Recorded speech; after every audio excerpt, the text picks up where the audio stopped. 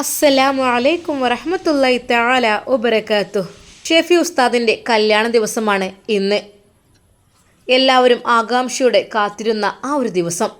നിക്കാഹ് കഴിഞ്ഞതുകൊണ്ട് തന്നെ മണവാട്ടിയെ കൂട്ടിക്കൊണ്ടുവരൽ കർമ്മം മാത്രമേ ഉള്ളൂ. വീട്ടിൽ കല്യാണാഘോഷത്തിൻ്റെ തിരക്ക്. എല്ലാവരും ബന്ധുക്കളും കൂട്ടുകുടുംബങ്ങളും എല്ലാവരും അതാ എത്തിച്ചേരുന്നു. ഷെഫി ഉസ്താദ് ആയതുകൊണ്ട് തന്നെ എല്ലാവരും വിവാഹത്തിന് പങ്കെടുത്തിട്ടുമുണ്ട്. എന്നാൽ അതിൻ്റെ കൂടെ തന്നെ നമ്മുടെ ഫർസാനയുടെ ഉമ്മയും ഉപ്പയും വീട്ടുകാരും വന്നിട്ടുണ്ട്. ആ ഉമ്മയുടെയും ഉപ്പയുടെയും മനസ്സിൽ വിഷമമുണ്ട്. പറഞ്ഞിട്ടെന്താ, നമ്മൾ മോളെ ചെയ്ത കാട്ടിക്കൂട്ടിയ കാര്യങ്ങളൊക്കെ ആലോചിച്ച് നോക്കുമ്പോൾ എന്തൊക്കെ തന്നെയായാലും ഷെഫി ഉസ്താദിൻ്റെ കല്യാണത്തിന് നമ്മൾ പോകാതിരുന്നാൽ മോശമാണ്. കാരണം അവനാണ് പാവം. കാരണം അവൻ ഇതുവരെ അവളെ കാത്തിരിക്കുകയായിരുന്നു. പക്ഷേ അവൾ എന്ത് ചെയ്യാം, അങ്ങനെ ആയിപ്പോയി. ഇനി പറഞ്ഞിട്ട് കാര്യമില്ലല്ലോ. എങ്കിലും അവർ ഷെഫി ഉസ്താദിൻ്റെ കല്യാണത്തിന് നേരത്തെ കാലത്തെ തന്നെ ഉസ്താദ് ഭാര്യയെയും മക്കളെയും കൂട്ടിക്കൊണ്ട് വന്നിട്ടുണ്ട്. ഷെഫി ഉസ്താദ് തൻ്റെ പ്രിയപ്പെട്ട ഉസ്താദിനെ സ്വീകരിച്ചെടുത്ത്, ഉസ്താദേ ദാ വെള്ളം കുടിക്ക് മോനെ, കുടിച്ചോളാം സാവകാശത്തിൽ, എന്താ ഇത്ര ധൃതി ഉസ്താദേ, ഭക്ഷണം കഴിക്കാൻ. മോനെ എന്താ ഇത്രേ, ഞങ്ങളിപ്പോൾ ചായ കുടിച്ച് വന്നിട്ടേ ഉള്ളൂ ഉസ്താദേ, വരി ചായ കുടിക്കാം. ഉമ്മ അപ്പോഴേക്കും അവർക്കുള്ള ചായയും പലഹാരവും എടുത്തു വെച്ചു. സമയം ഏകദേശം 10-11 ആവുമ്പോഴാണ് ഫുഡ് വിളമ്പുന്നത്. അതുവരെയുള്ളവർക്കെല്ലാം ചായയും കടിയുമാണ് നൽകുന്നത്. എന്നാൽ എല്ലാവരും അത്ഭുതപ്പെടുന്നുണ്ടായിരുന്നു. എങ്ങനെപ്പോ ഇത്രയും ഒരു ഉസ്താദായ പാവപ്പെട്ട മനുഷ്യന്മാരായിട്ട്, സാധാരണ എല്ലാവരും വരുമ്പോൾ ഒരു വെള്ളം കൊടുക്കും, അത് കഴിഞ്ഞാൽ പിന്നെ അതന്നെ ഒരു 10-11 മണിയാകുമ്പോഴത്തേനും അതാണ് നിർത്തിവെക്കും, പിന്നെ നേരെ ചോറുന്നാൻ വയ്ക്കോളി വരുമ്പോൾ തന്നെ. പക്ഷേ ഈ ഉസ്താദിൻ്റെ വീട്ടിൽ രാവിലെ തന്നെ തലേന്ന് തന്നെ തുടങ്ങിയിരിക്കുന്ന കല്യാണം, രാവിലെ തന്നെ ചായ, വരുന്നവർക്കൊക്കെ കടി, അതിങ്ങനെ സമാവറിൽ ഒഴിച്ചു വെച്ചേക്കാണ്. ആവശ്യമുള്ളവർക്ക് ഇങ്ങനെ ചൂടോട് കൂടി ഇങ്ങനെ പാർന്ന് കുടിക്കാൻ അതിക്കുള്ള പലഹാരങ്ങളുണ്ട്. പിന്നെ ഇവിടെ വന്നിട്ട് ഒരാളും വിശന്നിരിക്കേണ്ട ഒരു ഗതിയില്ല. കാരണം എല്ലാവർക്കും ഭക്ഷണവും എല്ലാം ഉണ്ട് സുലഭമായിട്ട്. രാവിലെ ആണെങ്കിലോ ഇറച്ചിയും പൂളിയൊരു വിഭാഗം, പിന്നെ പുട്ട് വേണ്ടവർക്കും പൊറോട്ട വേണ്ടവർക്കും അങ്ങനെയൊക്കെ സെറ്റപ്പ് ആക്കിയിട്ടുണ്ട്. അതിൽക്കൊക്കെ കറിയായിട്ട് തലേ ദിവസം രാത്രി അറുത്ത ആ ലിവർ തന്നെ ധാരാളമുണ്ട്. അതാണ് അന്ന് അവിടെ കറി വെച്ചിട്ടുള്ളത്. പിന്നെ അത് പറ്റാത്തവർക്കായിട്ട് എന്തോ വെജിറ്റബിളോ ചിക്കനോ അങ്ങനെ എന്തോ അതും ഉണ്ട്. ഉമ്മാക്ക് പ്രത്യേകം ആഗ്രഹം ഉണ്ടായിരുന്നു, പഠിച്ചോനെ എനിക്ക് ആകൊരു മോനേ ഉള്ളൂ, എൻ്റെ മോൻ്റെ കാര്യത്തിൽ എനിക്ക് നല്ല ടെൻഷനുണ്ട്, എല്ലാം നല്ല സന്തോഷകരമായി കഴിയണം റബ്ബേ, അതാണ് ഞാൻ ആഗ്രഹിക്കുന്നത്. വരുന്നോലൊന്നും ഒരിക്കലും ഒരു വിഷമിപ്പിക്കുന്ന രീതിയിലാക്കരുത്. വരുന്നവർക്കൊക്കെ ഇഷ്ടപ്പെട്ട രീതിയിൽ വയറ് നിറച്ച് ഭക്ഷണം കൊടുക്കണം. അതൊക്കെയായിരുന്നു ഉമ്മയുടെ ആഗ്രഹം. എന്നാൽ അതുപോലെയൊക്കെ നടക്കുന്നു. അതുപോലെ വരുന്നവർക്ക് ചായയും കടിയും അത് ഉമ്മ ആദ്യമേ പറഞ്ഞതായിരുന്നു. മോനെ, അതിൻ്റെ നാട്ടിലേക്ക് അങ്ങനെയാടാ, നമ്മളെവിടെ ഒന്നും അങ്ങനെയല്ല, ഇവിടെ ഒരു വെള്ളം കിട്ടിയാൽ കിട്ടി, അല്ലെങ്കിലോ നേരെ ചോറ്റുമന്തൽക്ക്. പക്ഷേ മോനെ അങ്ങനെ ആക്കാൻ പാടില്ല, വരുന്നവർക്ക് നമ്മൾ സന്തോഷിപ്പിക്കണം, അതിപ്പോൾ എത്ര ഇല്ലെങ്കിലും ഇല്ലാത്ത നമ്മൾ അറിയിക്കാൻ പാടില്ല. ഉമ്മയുടെ ആഗ്രഹം പോലെ തന്നെ അതാ കാര്യങ്ങളൊക്കെ സാധിച്ചിരിക്കുന്നു. സമയം ഏകദേശം 10-11 ആയി തുടങ്ങുന്നു. അതാ കല്യാണപ്പന്തലിൽ ചോറ് വിളമ്പൽ തുടങ്ങിയിട്ടുണ്ട്. ഷെഫി ഉസ്താദിനെ വിളിക്കുന്നു. ഉസ്താദേ വരി ചോറ് കഴിക്കാൻ പോവാം, മോനെ കുറച്ച് കഴിഞ്ഞോട്ടെ. എന്നാൽ ഷെഫി ഉസ്താദിൻ്റെ ഉമ്മ ഉസ്താദിൻ്റെ ഭാര്യയെയും മക്കളെയും ദാ ചോറ് കഴിക്കാൻ പോകട്ടോ, നിങ്ങൾക്ക് ചോറ് കഴിക്കാൻ പന്തലിലേക്ക് പോകാൻ ബുദ്ധിമുട്ടുണ്ടെങ്കിൽ നിങ്ങൾ ഇവിടുന്ന് അകത്തുനിന്ന് കഴിച്ചോളിട്ടോ, ഞാൻ ബുദ്ധിമുട്ടിക്കൽ. അതിനിപ്പോൾ എന്താ, പന്തലിലിപ്പോൾ എല്ലാവരും ചോറ് തിന്നണല്ലോ, എന്താപ്പോൾ അങ്ങനെ ഇപ്പോൾ ആ ഒന്നും വിഷയമില്ല. അങ്ങനെ അതാ ഷെഫി ഉസ്താദിൻ്റെ ഉമ്മ അവരെ പന്തലിലേക്ക് കൂട്ടിക്കൊണ്ടു പോകുന്നു. അപ്പോഴേക്കും 1ാം ട്രിപ്പ് ഫുള്ളായി തുടങ്ങിയിരുന്നു. ഇരിക്കി മക്കളെ, ഇരുന്നോളി. അപ്പോഴും ഷെഫി ഉസ്താദിൻ്റെ ഉമ്മ ചോദിച്ചെന്ന്, അല്ല വലിയ മോള് വന്നില്ലല്ലോ, ഓൾ എന്ത് വരാഞ്ഞത്? ഞാൻ നേരിട്ട് കണ്ട് പറയായിട്ടാണോ? അത് കേട്ടപ്പോൾ ശരിക്കും ആ ഉമ്മ സങ്കടപ്പെട്ടു പോയി. ഓള് എന്ത് പറയണം, കളവ് പറയാനാവില്ല, സത്യം പറഞ്ഞാലും അതും പ്രശ്നം, തൽക്കാലം വെറുതെ വെല്ലയങ്ങ് ആ ഒരു വിഷയത്തിൽ നിന്ന് ഉമ്മ തെന്നിമാറി. അപ്പോഴും അവരുടെ മനസ്സിൽ അവരുടെ മകൾ ഫർസാനയായിരുന്നു. മോളെ, ഉമ്മാൻ്റെ കുട്ടിക്ക് വന്ന് കയറേണ്ട വീടായിരുന്നത്. ആ പുതിയാപ്പിളച്ചക്കനെ കാണുമ്പോൾ വല്ലാത്തൊരു സങ്കടം. എന്തൊരു സുന്ദരനാണ് പൊന്നുമോളെ, എന്തൊരു ഞാൻ പറയുന്നില്ല, കിട്ടിയ ഭാഗ്യമായിരുന്നു, നല്ല മോനായിരുന്നു. പക്ഷെ എന്ത് ചെയ്യാൻ എൻ്റെ പൊന്നാരെ ജെസ്സി, എന്ത് കരുതിയിട്ടാ ആ ഹിന്ദുച്ചക്കൻ്റെ കൂടെ പോയത്? എല്ലാം നഷ്ടപ്പെട്ടില്ലേ? അതുകൊണ്ട് ഉമ്മക്ക് ആ പന്തലിരിക്കുമ്പോഴും കണ്ണീരാണ് വന്നത്. ആ ഒരു ബിരിയാണി കഴിക്കുമ്പോഴും മോനെ, പൊന്നു മോനെ, മോൻ പൊറുക്കണം മോനെ, ആഗ്രഹങ്ങളൊക്കെ തന്നിട്ട് ഞങ്ങളെ മോള് പോയില്ലേ. ഉമ്മ അപ്പോഴും മനസ്സിൽ വിചാരിച്ചു. മക്കളൊക്കെ ചോറ് മക്കളെ കഴിച്ചോടി. അപ്പോഴേക്കും അതാ ഷെഫി ഉസ്താദിൻ്റെ ഉമ്മ ഓടിയെത്തി എല്ലാവരെയും നല്ല രീതിയിൽ സ്വീകരിക്കുന്നുണ്ട്. ഇതാ കഴിച്ചോളിട്ട് കഴിച്ചോളി. ആ കഴിക്കുന്നുണ്ടല്ലോ, മുന്നിലുണ്ടല്ലോ. വെറുംചോറ് വേണം നിങ്ങൾക്ക്? വെറുംചോറ് സാമ്പാറും മീൻ പൊരിച്ചതൊക്കെ ഉണ്ട്, തരട്ടെ? അല്ല ഇപ്പം അത് മതി, വെറുംചോറ് നമ്മൾ എന്നും തിന്നണതന്നല്ലേ. നല്ല രീതിയിൽ സ്നേഹിക്കുന്ന ആ ഒരു ഉമ്മയുടെ സ്വഭാവം കണ്ടിട്ട് ശരിക്കും ഉമ്മക്ക് സങ്കടം തോന്നുകയാണ്. അല്ലാ, എന്തൊരു നല്ല സ്നേഹമുള്ള ഉമ്മ റബ്ബേ, പഠിച്ചോനെ. എൻ്റെ കുട്ടിക്ക് കിട്ടാതെ പോയ ഭാഗ്യം പറഞ്ഞിട്ട് കാര്യമില്ല. വരുന്ന മരുവള് ഉമ്മാക്കനുസരിച്ചുള്ള മരുവളാകട്ടെ റബ്ബേ. അല്ലാതെ നമ്മൾ കുറേ നഷ്ടപ്പെട്ടതിന് നോക്കിയിട്ട് കാര്യമില്ലല്ലോ. ഭക്ഷണം കഴിച്ച് കഴിയുവോളം ആ ഉമ്മ കല്യാണപ്പന്തലിൽ തന്നെ ഉണ്ടായിരുന്നു. എല്ലാവരുടെയും പ്ലേറ്റിലേക്ക് ഭക്ഷണം ഇട്ട് കൊടുത്തുകൊണ്ടും അവരോടൊക്കെ വിശേഷങ്ങൾ പറഞ്ഞുകൊണ്ടും എല്ലാവരും പറഞ്ഞു ചെയ്തു. ഓൻ്റെ ഉമ്മ ഓളൊരുത്തി മതിയല്ലോ ഇതെല്ലാം ആക്കി വെച്ചെന്ന് കണ്ടില്ലേ. എന്തൊരു മട്ടത്തിലാണ് പാവം. പഠിച്ചോനെ, നല്ലൊരു മരുവളും കൂടി കിട്ടിയാൽ മതിയായിരുന്നു. കാരണം ആ മോനും അങ്ങനെ തന്നെ നല്ല സ്വഭാവമാണ്, പിന്നെ ഓൾക്കും അങ്ങനെ തന്നെ പാവാണ്. ഞയ്ക്കനുസരിച്ചൊരു മരുവളും കൂടി കിട്ടിയ ഓൾക്ക് നല്ല റാഹത്തായി ജീവിക്കുക. എല്ലാവരുടെയും അഭിപ്രായം അതായിരുന്നു. പെട്ടെന്നതാ അവൻ്റെ ഫ്രണ്ട്സ് വരുന്നു. ഉമ്മ, പിന്നെ പുതിയാപ്പിള ഇറങ്ങാൻ സമയമായിട്ടോ. പഠിച്ചോനെ, ഉമ്മ നേരെ പന്തലിൽ നിന്ന് അങ്ങോട്ട് ഓടി. അല്ലാ, ഉമ്മയെ വിളിക്കുകയായിരുന്നു അവൻ. ഉമ്മയുടെ ഉമ്മ, ഞാനെന്നാൽ മാറ്റട്ടെ, ഞാൻ ഇറങ്ങട്ടെ. ആ മോനെ, ആ ഉമ്മയുടെ കണ്ണുകൾ നിറഞ്ഞു. ഷെഫി ഉസ്താദിനെ അതാ അവൻ്റെ കൂട്ടുകാർ അണിയിച്ചൊരുക്കുന്നു. മാഷാ അല്ലാ, പൂനിലാവ് പോലെ പൂർണ്ണചന്ദ്രനെ പോലെ മുഖം വെട്ടിത്തിളങ്ങുന്നുണ്ടായിരുന്നു. ശരിക്കും ഫർസാനയുടെ ഉപ്പ ഉസ്താദിനെ ആ ഒരു കാഴ്ച കണ്ട് സഹിക്കാൻ കഴിഞ്ഞില്ല. മാഷാ അല്ലാ, പഠിച്ച റബ്ബേ, എത്ര സൗന്ദര്യമാണ് ഇവൻക്ക് റബ്ബേ. ഉസ്താദിൻ്റെ ഭംഗിയിൽ അവിടെയുള്ളവരെല്ലാം ലയിച്ചു പോയിരുന്നു. എന്ത് മൊഞ്ചാലടി കാണാൻ. അതൊന്നാമത് ഉസ്താദ്മാരെ കാണാൻ തന്നെ പ്രത്യേക ഒരു മൊഞ്ചായിരിക്കും. എല്ലാവരും പോലെ ഒന്നല്ല, എന്താ അറിയില്ല. അതടി ഒന്നാമതായിട്ട് നീ ഖുർആനൊക്കെ ഓതണിങ്ങനെ നാവൊക്കെ ആയിട്ടായിരിക്കും. എപ്പോഴോലാണെങ്കിൽ അധികം ആൾക്കാരും അങ്ങനെ തന്നെയല്ലേ തഹജ്ജുദിനെ നേരത്തെ എണീക്കലും നിസ്കരിക്കലും. പിന്നെ നമ്മൾ പറഞ്ഞ് കേൾക്കാലോ, തഹജ്ജു നിസ്കരിച്ചാൽ തന്നെ മുഖം പ്രകാശിക്കുന്നൊക്കെ അല്ലേ.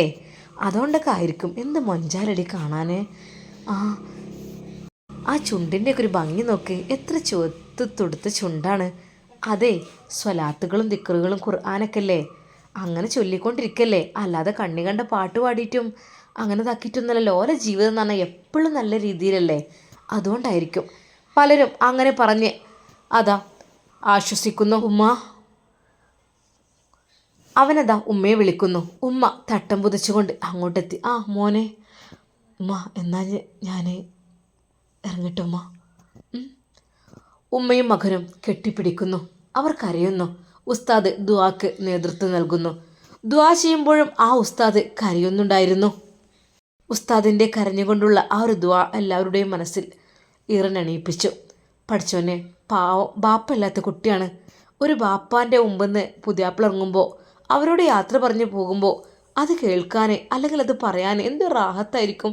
പാവാണ്, ചെറുപ്പത്തിലേ അത് നഷ്ടപ്പെട്ട കുട്ടിയാണ്. ആ ഉമ്മ വളർത്തിയുണ്ടാക്കിയതല്ല അതിനെ അങ്ങനെ ദർസിലോ അതിനെ ചേർത്തി.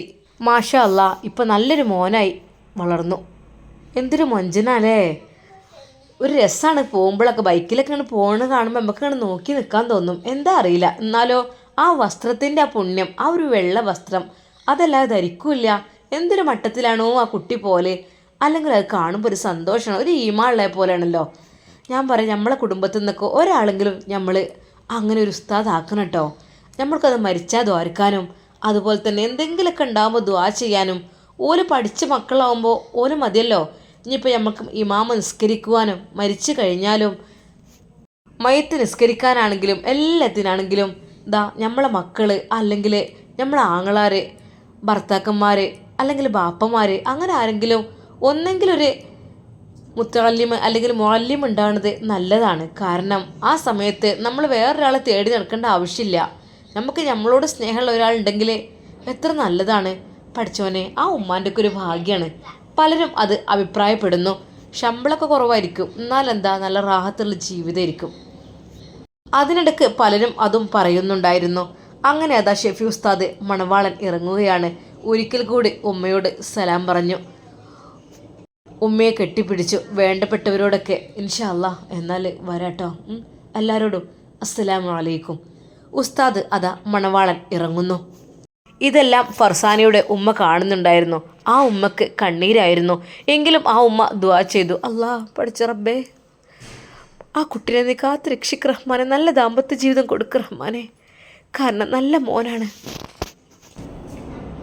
ഉമ്മ പറയുന്നു, മക്കളെ പോകണ്ടോലൊക്കെ പൊയ്ക്കോളിട്ടോ, മണവാട്ടിയെ കൊണ്ടുവരാൻ വേണ്ടിയിട്ട് എല്ലാവരും പൊയ്ക്കോളൂ. കൂട്ടത്തിൽ അതാ ഫർസാനയുടെ ഉമ്മയോടും ഉമ്മ പറയുന്നു, നോക്കി നിങ്ങൾ പൊയ്ക്കോളി, മക്കളെയും കൂട്ടി കൊണ്ടുവരാലോ ഓളെ. അത് കേട്ടപ്പോൾ ഉമ്മ ശരിക്കും ഒന്ന് ഞെട്ടി. എൻ്റെ റബ്ബേ, അല്ലാ ഇല്ലട്ടോ, ഞാൻ പോണില്ലട്ടോ. മണവാട്ടി വന്നിട്ട് ഞാൻ പോണുള്ളൂ, എനിക്ക് അവളെ കാണണം, കണ്ടിട്ട് പോയാൽ മതി. പക്ഷെ മണവാട്ടി അല്ല, സീറ്റ് ഉണ്ടാവും, നിങ്ങൾ പോയിക്കോളൂ, നിന്റെ അപേക്ഷയാണ്, നിങ്ങൾ പോയിക്കോളൂ. ഉമ്മയെ അതാ നിർബന്ധിക്കുന്നു. അല്ലേ ഞാൻ പോണില്ലട്ടോ, മക്കൾക്ക് കൊതിയുണ്ടാവും, പക്ഷേ നിങ്ങളും കൂടെ പോയിക്കോളൂ. ഉസ്താദിൻ്റെ ഉമ്മയുടെ ആ വാക്കുകൾക്ക് മുമ്പിൽ പിന്നീട് ഫർസാനയുടെ ഉമ്മാക്ക് ഒന്നും പറയാൻ കഴിഞ്ഞില്ല. അല്ല, അതിപ്പോൾ മണവാട്ടിയെ കൊണ്ടുവരാനൊക്കെ മക്കളല്ലേ പോവല്, അവർ പൊയ്ക്കോട്ടെ. അല്ലത്താ നിങ്ങൾ പൊയ്ക്കോളി, എനിക്ക് എൻ്റെ ഒരു സന്തോഷത്തിനാണ് ഞാൻ പറയുന്നത്. അങ്ങനെ അതാ നിർബന്ധിച്ച് അവർക്ക് വേണ്ടി ഏൽപ്പിച്ച ഒരു കാറിൽ അവർ കയറുന്നു. എല്ലാവരും മണവാട്ടിയെ കൊണ്ടുപോകാൻ വേണ്ടി അതാ പുറപ്പെട്ടു. വീട്ടിൽ ആളുകൾ ഒഴിഞ്ഞു. ഷെഫി ഉസ്താദ് മണവാളനായി ചെന്ന് കയറുകയാണ് ആ വീട്ടിലേക്ക്. വീട്ടിലുള്ളവരെല്ലാം അതാ പുതിയാപ്പിള വരുന്നതും കാത്തു നോക്കി നിൽക്കുന്നു. പുതിയാപ്പിള എത്തി പന്തലിലിരുന്നു. ശരിക്കും പെണ്ണുങ്ങളെല്ലാം ഒളിഞ്ഞു നോക്കി. റബ്ബേ, എന്ത് രസാലടി പുതിയാപ്പിളെ കാണാൻ, എവിടെയാ നോക്കട്ടെ, ശരിക്കും തത്തമ്മ ചുണ്ട് തന്നെ, ഒന്ന് നോക്കിക്കേ, മാഷാ അല്ലാ. എടി സീനത്തിന് കാണാൻ അത്ര വലിയ ഭംഗിയൊന്നുമില്ലല്ലോ, പക്ഷെ എങ്ങനെ ഇവൾക്ക് ഇത്രയും രസമുള്ള പുതിയാപ്പിളിനെ കിട്ടിയത്, എന്ത് രസാലേ. ഇവിടെ ഞാൻ കണ്ടില്ല. സീനത്തിൻ്റെ ഒരുപാട് ഫ്രണ്ട്സുകളൊക്കെ കല്യാണത്തിന് വന്നിരുന്നു. അവരെല്ലാവരും അതുതന്നെയാണ് അഭിപ്രായപ്പെടുന്നത്. ഓള് ഭാഗ്യം, ഇനിയിപ്പോൾ ഓൾക്ക് കഴിച്ചിലാവാലോ. ഒരു ഉസ്താദിൻ്റെ കൂടെ ജീവൻ എന്നൊക്കെ പറഞ്ഞാൽ ഭാഗ്യമുള്ളവർക്ക് മാത്രമേ കിട്ടുള്ളൂ, എല്ലാവർക്കും ഒന്നും കിട്ടൂല. പുതിയാപ്പിള വന്നു. മണവാട്ടിയെ മാറ്റിക്കുവാൻ വേണ്ടി അതാ പെണ്ണുങ്ങളെല്ലാവരും അകത്തേക്ക് ചെല്ലുന്നു. എല്ലാവരും ആകാംക്ഷയോടെ കാത്തിരുന്നു. ഓ ഉസ്താദല്ലേ, അപ്പം ഇനിയിപ്പോൾ ഹിജാബും ഒക്കെ ആയിരിക്കും, നല്ല രസമായിരിക്കില്ലേ, സീനത്ത് രക്ഷപ്പെട്ടു, ഓളെ ജീവിതം കഴിച്ചിലായി എന്ന് കൂട്ടിയാൽ മതി, അങ്ങനെ ആകുമ്പോൾ ദുനിയാവും ആഹ്റും ഉണ്ടാവും. ആ അവളുടെ വീട്ടിലേക്ക് അതാ എല്ലാവരും ഡ്രസ്സുമായി കയറി ചെല്ലുന്നു. അതിൽ അതാ ഫർസാനയുടെ ഉമ്മയും. മണവാട്ടിയെ ഒരു നോക്ക് കാണട്ടെ എന്ന് കരുതി അവരും നോക്കി. അവളുടെ മുഖം കണ്ടപ്പോൾ സത്യം പറഞ്ഞാൽ ഫർസാനയുടെ ഉമ്മക്ക് സങ്കടമാണ് വന്നത്. റബ്ബേ, അല്ലാ ഇനി പറഞ്ഞിട്ട് കാര്യമില്ല, അത് കാണുവാൻ അവർക്ക് കഴിഞ്ഞില്ല. അവരുടെ മനസ്സ് വല്ലാതെ വേദനിക്കുന്നുണ്ടോ. പഠിച്ചോനെ, എൻ്റെ കുട്ടിക്ക് കിട്ടാൻ വിചാരിച്ച ഭാഗ്യം ആയിക്കോട്ടെ, ഈ മോൾക്കെങ്കിലും കിട്ടട്ടെ, ഓളെങ്കിൽ രക്ഷപ്പെടട്ടെ, കാരണം എൻ്റെ മോളായിട്ട് കരുതി കുട്ടി പോയതല്ലേ, സാരല്ല, ഭാഗ്യമുള്ളവർക്കല്ലേ അതൊക്കെ കിട്ടുള്ളൂ, പറഞ്ഞിട്ട് കാര്യമില്ല. അള്ളാഹുവേ, ഓലെ ജീവിതത്തിൽ നീ ദാമ്പത്യ ജീവിതത്തിൽ ഖൈറും ബർക്കത്തും പ്രദാനം ചെയ്യ റഹ്മാനെ. അവർ ദുആ ചെയ്തു. പുറത്തുള്ളവരെല്ലാം മണവാട്ടിയെ കാത്തിരിക്കുകയാണ്. മണവാളനെയും എല്ലാവരും നോക്കിക്കൊണ്ടിരിക്കുന്നു. ഹോ, ആ കുട്ടിക്ക് കഴിച്ചിലായടി, എന്ത് നല്ല മോനാണ് കിട്ടിയത്. അങ്ങനെ അതാ തോഴികളെല്ലാവരും കൂടി മണവാട്ടിയെ ഒരുക്കുവാൻ വേണ്ടി റൂമിലേക്ക് കടന്നു. അവളാണെങ്കിൽ ഗോൾഡ് നിറത്തിലുള്ള ഒരു സാരിയായിരുന്നു ധരിച്ചിരുന്നത്. ഹാഫ് കൈയും നെറ്റുമെല്ലാം പകുതിയിട്ട്, മുടിയെല്ലാം കാണുന്ന രീതിയിൽ. തോഴികളെല്ലാവരും അതാ അവൾക്കുള്ള ഡ്രസ്സ് എടുക്കുന്നു. പർദ്ദ, ബ്ലാക്ക് നിറത്തിലുള്ള അതിമനോഹരമായ പർദ്ദ. മോളെ, അവളുടെ അമ്മായിൻ്റെ മകൾ പറഞ്ഞു, ആ ഡ്രസ്സ് സാരി അഴിച്ചിട്ട് എങ്ങനെയാ ഞാൻ പുറത്തിറങ്ങണോ, മോൾ അഴിച്ചോളോ. അവളുടെ കൂടെ ഒരുത്തിയും ഉണ്ടായിരുന്നു. എന്നാൽ അവളുടെ കൂടെ ഉണ്ടായിരുന്നവർ ചോദിച്ചു, നിങ്ങൾ എന്ത് ഈ ഡ്രസ്സാണ് ഇടുന്നത്, വേറെ കൊണ്ടുവന്നിട്ടില്ലേ? ഇല്ല, ഞങ്ങൾ ഈ ഡ്രസ്സ് തന്നെയാണ്, താഴെ ഇടാൻ ഇതാ ഈ ഒരു ഡ്രസ്സ് കൊണ്ടുവന്നിട്ടുണ്ട്. ഇതെന്തിനാണ് ഇത്രയും നല്ല ഡ്രസ്സ് ഇടുമ്പോൾ മുകളിൽ എന്തിനൊരു പർദ്ദൻ്റെ ആവശ്യം? അവർ ചോദിക്കുന്നു. അല്ല ഇത് പിന്നെ എന്താ വെച്ചാൽ കഴുത്തും പുറക്കെ കാണുമ്പോൾ അത് ഉസ്താദിന് ഇഷ്ടമുണ്ടാവില്ല. അതുകൊണ്ട് ആ ഡ്രസ്സിൻ്റെ മേലെ അത് അണിയാം. എന്നാലേ ഞങ്ങൾ മാറി നിന്നോളാം, നിങ്ങൾ ശരിയായിക്കോളി. അപ്പോഴേക്കും അവർ കൊണ്ടുവന്നിരുന്ന ആ മനോഹരമായ ആ ഒരു ഡ്രസ്സ് അവർ ഇട്ടു. എന്നിട്ട് അവരെ വിളിച്ചു, ഇങ്ങോട്ട് നോക്കിക്കേ, എന്ത് ഭംഗിയുണ്ട് ഈ ഡ്രസ്സിൽ കാണാൻ. അല്ല അത് കയ്യിൻ്റെ ഇവിടെയൊക്കെ ഫുള്ള് നെറ്റല്ലേ, മുട്ടുവരേക്കല്ലേ ഉള്ളൂ. അതിനെന്താ ഓൾ ഇത്ര വരെ ഇട്ട് നിന്നത്? ഹാഫ് കൈ ഉള്ള സാരിയുടെ ബ്ലൗസല്ലേ, ഇതിപ്പോൾ മുക്കാലെങ്കിലും ഉണ്ടല്ലോ. അല്ല ഇവിടെയൊക്കെ നെറ്റിലും ഇവിടെയൊക്കെ കഴുത്തൊക്കെ കാണുന്നുണ്ട്, അപ്പോൾ അതിടുമ്പോൾ അത് കുഴപ്പമില്ല, ഇതാ ഈ നെറ്റും കൂടി ഇട്ടാൽ പോരെ, ഇങ്ങനെ തന്നെ അല്ലേ കൂടെയുള്ളവർ പറഞ്ഞു. എന്നാൽ അവളും അതിനാണ് യോജിക്കുന്നത്. പക്ഷേ നിക്കാഹ് കഴിഞ്ഞതാണല്ലോ, അതുകൊണ്ട് ഉസ്താദിന് എന്തോ ഒരു കാര്യം പറയുവാനുണ്ടെന്ന് പറഞ്ഞിരുന്നു. ഉസ്താദ് പറഞ്ഞിരുന്നു, ഹിജാബും പർദ്ദയും ഉസ്താദ് തന്നെ എടുത്തതാണ്, അപ്പോൾ ഞങ്ങൾക്കൊന്നും പറയാൻ പറ്റില്ല. ഇനി എന്തെങ്കിലും നിങ്ങൾക്ക് സംശയമുണ്ടെങ്കിൽ ഞങ്ങൾ മാറിത്തരും, ഉസ്താദിനെ ഇങ്ങോട്ട് വിടുക, അതായിരിക്കും നല്ലത്. എന്നാൽ നിങ്ങളെ ഉസ്താദിനൊന്ന് വിളിക്കേ. അല്ല അപ്പോൾ കല്യാണം എന്ന് വെച്ചാൽ അപ്പോൾ അടിപൊളി ആയണ്ടല്ലേ, അല്ലാതെ ഇപ്പോൾ ഇതിങ്ങനെ മൂടി പോയിച്ച് പോകേണ്ട ഒന്നല്ലല്ലോ. അങ്ങനെ അതാ ഷെഫി ഉസ്താദിനെ മണവാട്ടിയുടെ റൂമിലേക്ക് വിളിക്കുന്നു എന്നാരോ പറഞ്ഞു. ഷെഫി ഉസ്താദ് അതാ അങ്ങോട്ട് കയറി ചെല്ലുന്നു. സീനത്ത്, അസ്സലാമു അലൈക്കും. വലൈക്കും അസ്സലാം. എന്താണ് കഴിഞ്ഞോ മാറ്റിലൊക്കെ പോകാനായോ? ഇല്ല, ഇതിടണോ ചോദിക്കാനേ. പിന്നെന്താ പെണ്ണെ, പർദ്ദ ധരിക്കണ്ടേ, ഹിജാബ് അണിയണ്ടേ, നീ എൻ്റെ വൈഫല്ലേ, അപ്പോൾ വേഗം അണിയേ. കാരണം ഈ ഡ്രസ്സിട്ടൊന്നും പുറത്തേക്ക് പോകാൻ പറ്റില്ല, പഠിച്ചോനെ ഔറത്ത് മുഴുവൻ പുറത്താണ്. വേഗം, ഇതാ ഒരുപാട് സമയമായില്ലേ, എന്താ ഇത്ര ടൈം എടുത്തത്? അത് സാരിയൊക്കെ മാറ്റിച്ചപ്പോൾ ആയിക്കോട്ടെ മോള് വേഗം ചെല്ലേ, ഇതാ അവളൊന്ന് മാറ്റി കൊടുക്കട്ടെ പെട്ടെന്ന്. അങ്ങനെ അതാ മനമില്ലാ മനസ്സോടുകൂടെ അവൾ ആ പർദ്ദ അണിയുന്നു. പർദ്ദ അണിഞ്ഞ് നിഖാബും കൂടി കെട്ടിയപ്പോൾ മണവാട്ടിക്ക് ശരിക്കും ദേഷ്യമാണ് വന്നത്. എന്തിനാ, ഞാൻ എൻ്റെ തീവ്രവാദിയാണോ? ഇങ്ങനെ മൂടി പൊതിച്ച് പുതിഞ്ഞ് കൊണ്ടുപോവാൻ? ഞാൻ ഇത് തെറ്റ് ചെയ്ത് തടവ് പുള്ളിയേറ്റാണോ ഇങ്ങനെ എന്നെ കൊണ്ടുപോവാൻ? അവളുടെ ആ ചോദ്യത്തിന് മുമ്പിൽ കൂടെ വന്നവർക്കെല്ലാം ശരിക്കും ഒരു ഷോക്കായിപ്പോയി. മോളെ, ഉസ്താദിൻ്റെ നിർദ്ദേശം എങ്ങനെയാണ്, നമുക്ക് ഇങ്ങനെ ചെയ്യാൻ കഴിയുള്ളൂ. ഇനി മോളുടെ ഇഷ്ടം പോലൊക്കെ ചെയ്തോളൂ. എന്തായാലും ഉസ്താദിൻ്റെ അടുത്തൊക്കെ ഞങ്ങൾ ഇങ്ങനെ എത്തിക്കട്ടെ, കാരണം ഞങ്ങളെ ഏൽപ്പിച്ചത് ഞങ്ങൾ ചെയ്തു. അവളുടെ ആ ഒരു വാക്ക് അതാർക്കും വല്ലാതെ ഇഷ്ടപ്പെട്ടില്ല. എന്നാൽ വീട്ടുകാർക്ക്, ഉപ്പാക്കും ഉമ്മാക്കൊക്കെ അത് പെരുത്ത് ഇഷ്ടമായിരുന്നു. പഠിച്ചോനെൻ്റെ കുട്ടി നന്നായാൽ മതിയായിരുന്നു റബ്ബേ. അങ്ങനെ അതാ ഇഷ്ടമില്ലാതെ ഡ്രസ്സ് ധരിച്ചുകൊണ്ട്, ഹിജാബ് ധരിച്ചുകൊണ്ട് സീനത്ത് മണവാട്ടി ഇറങ്ങുകയാണ്. ഉപ്പ പോട്ടെ. എന്താ മോളെ നിനക്കൊരു ഒന്നുമില്ല, എന്തൊക്കെയാണ് ഈ കെട്ടിക്കൂട്ടി വെച്ചിരിക്കുന്നത്, ഞാൻ അതൊക്കെ വലിച്ചിടട്ടുമ്മ. മോളെ പൊന്നു മോളെ വല്ല പറയും, ആൾക്കാർ കേൾക്കും, അങ്ങനൊന്നും പറയല്ലേ, എനിക്കത് കഴിയണില്ല. എന്ത് ഡ്രസ്സാണിത്, ഇതൊക്കെയാണ് കല്യാണത്തിന് കൊണ്ടുവരിക? മോളെ ഞാൻ പറഞ്ഞല്ലോ, ഉസ്താദുമാരൊക്കെ ആകുമ്പോൾ, ഉമ്മ പറഞ്ഞ അങ്ങനല്ലല്ലോ, ഉസ്താദുമാരാകുമ്പോൾ കുറച്ചൊക്കെ മോഡലൊക്കെ നടക്കാമെന്നാണല്ലോ. അങ്ങനെയല്ല മോളെ, ഔറത്ത് മറക്കണം, ഇതിപ്പോൾ ഒരു കല്യാണമല്ലേ, ഒരുപാട് ആൾക്കാർ മോളെ കാണരുത്, മുഖം കാണണ്ടെന്ന് വിചാരിച്ചിട്ടായിരിക്കും. റബ്ബേ, എനിക്ക് ദേഷ്യം പിടിക്കണേ, ശ്വാസം കിട്ടാത്ത പോലെ. മോളെ ഇതാ ചായ കുടിക്കാൻ വിളിക്കണേ. മോളെ ഉമ്മാൻ്റെ കുട്ടി ഒന്നും മിണ്ടല്ലേ ദയവായി. ഉപ്പയും പറഞ്ഞു, മോളെ പൊന്നുമോളെ, എൻ്റെ കുട്ടീൻ്റെ ഭാവി ജീവിതം ഇതായിരിക്കും ഹയറ്. ഉമ്മാൻ്റെ കുട്ടി ഉപ്പാൻ്റെ കുട്ടി നല്ല രീതിയിൽ പോകുക. അങ്ങനെ അതാ ഉസ്താദിൻ്റെ കൂടെ അവളെ ഇരുത്തുന്നു. എല്ലാവരും അത് കണ്ട് സന്തോഷിച്ചു. മാഷാ അല്ലാ, സുന്ദരനായ ഒരു ഉസ്താദ്, അതിൻ്റെ കൂടെ ഹിജാബിണിഞ്ഞ ഒരു പെണ്ണ്, മാഷാ അല്ലാ, അവളൊരു ഭാഗ്യം അല്ലേ. അങ്ങനെ അതാ എല്ലാവരും ചായ കുടിക്കുവാൻ വേണ്ടി അങ്ങോട്ട് പോകുന്നു. ഉസ്താദ് പറഞ്ഞു, സീനത്ത് ചായ കുടിക്കുന്നില്ലേ, എന്തെങ്ങനെ? ഈ ഒരു സംഭവം ഇട്ടിട്ട് എങ്ങനെ ചായ കുടിക്കാനാ, എനിക്ക് കഴിയൂല.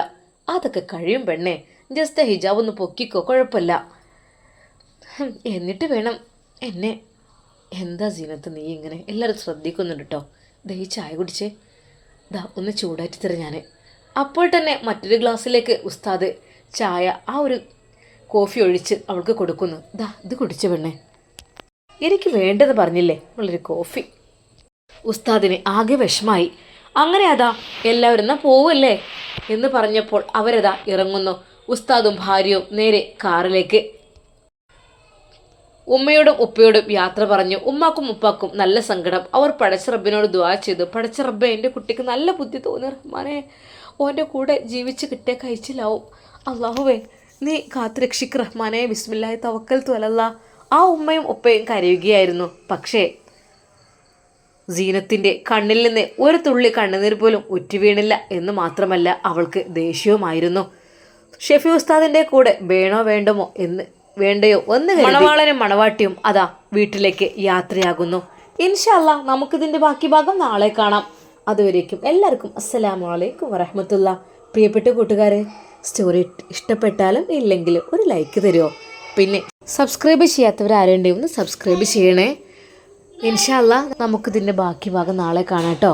പിന്നെ എല്ലാവരും പരസ്പരം ദുആയിൽ ഉൾപ്പെടുത്തുക.